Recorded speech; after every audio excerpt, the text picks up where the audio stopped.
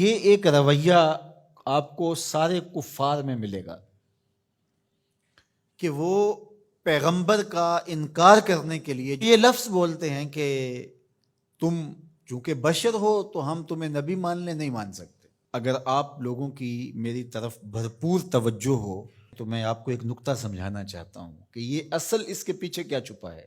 ذرا دیکھیے، ایک طرف وہ پیغمبر کو اس لیے نہیں مان رہے کہ بشر ہے اس لیے ہم کیوں مانیں، اور دوسری طرف انہی کفار کا رویہ یہ ہے کہ پتھر کی بے جان مورتی کو خدا مان رہے ہیں۔ ماننے پہ آ جائیں تو مٹی کے بنے ہوئے بت کو خدا مان لیں، نہ ماننے پہ آئیں تو خوبصورت انسان کو پیغمبر بھی نہ مانیں۔ یہ رویہ ہے نا ان کا۔ ماننے پہ آ جائیں تو لکڑی کے تراشے ہوئے وثن کو اپنا خدا مان لیں، اور نہ ماننے پہ آئیں جو مسکرائے تو پھول کھلیں، اور جس کی سرمگی آنکھیں دلوں کے بند کواڑ کھول کے رکھ دے، اور جس کی گفتگو کے نور سے روشنیاں پھیلنے لگ جائیں، اس ستھرے اور پاکیزہ وجود کو پیغمبر ماننے سے انکار کر دے۔ تو یہ کیا بات ہوئی؟ یہ فلسفہ ان کے بیمار ذہن نے تراشا ہے، اس لیے کہ پتھر کی مورتی کو خدا ماننے سے کوئی فرق نہیں پڑتا، ان کے جذبات پر کوئی زد نہیں آتی۔ لکڑ کے بنے ہوئے مجسمے کو خدا ماننے سے ان کو کوئی فرق نہیں پڑتا، کوئی قربانی نہیں دینی پڑتی۔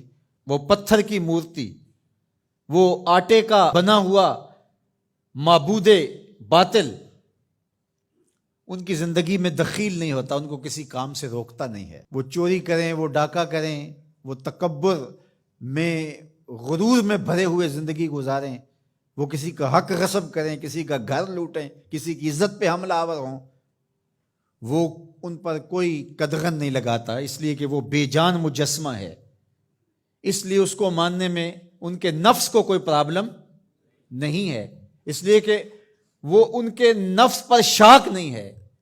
اور پیغمبر کو ماننے کا مطلب یہ ہے کہ پھر پیغمبر کی ماننا پڑے گی، اور پھر یہ بری عادتیں چھوڑنا پڑیں گی، اس لیے ان کا نفس مانے ہوتا ہے پیغمبر کو ماننے سے۔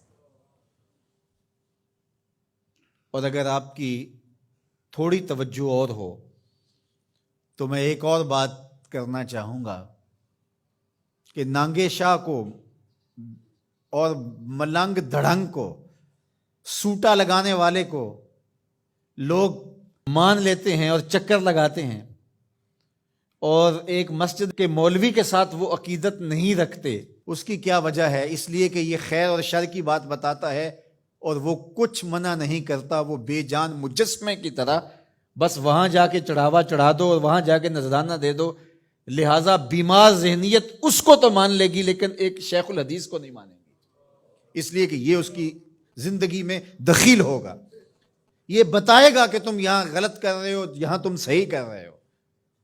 تو یہ ماننا نہ ماننا انسان کے اپنے نفس کا ہوتا ہے۔ یہ اس لیے ایک طرف تو پتھر کی مورتیوں کو مان رہے ہیں اور ان کو خدا مان رہے ہیں، اور نبیوں کا اس لیے انکار کرتے ہیں کہ تم بشر ہو اس لیے نہیں مان رہے، یعنی ہمارا کرائٹیریا یہ ہے، ہمارا معیار یہ ہے کہ ہم جو ہے وہ کسی بشر کو نبی نہیں مان سکتے۔ تو جب اتنا تمہارا معیار ہے تو پتھر کو خدا کیوں مان رہے ہو؟ مٹی کے مجسمے اور مادو کو خدا کیوں مان رہے ہو؟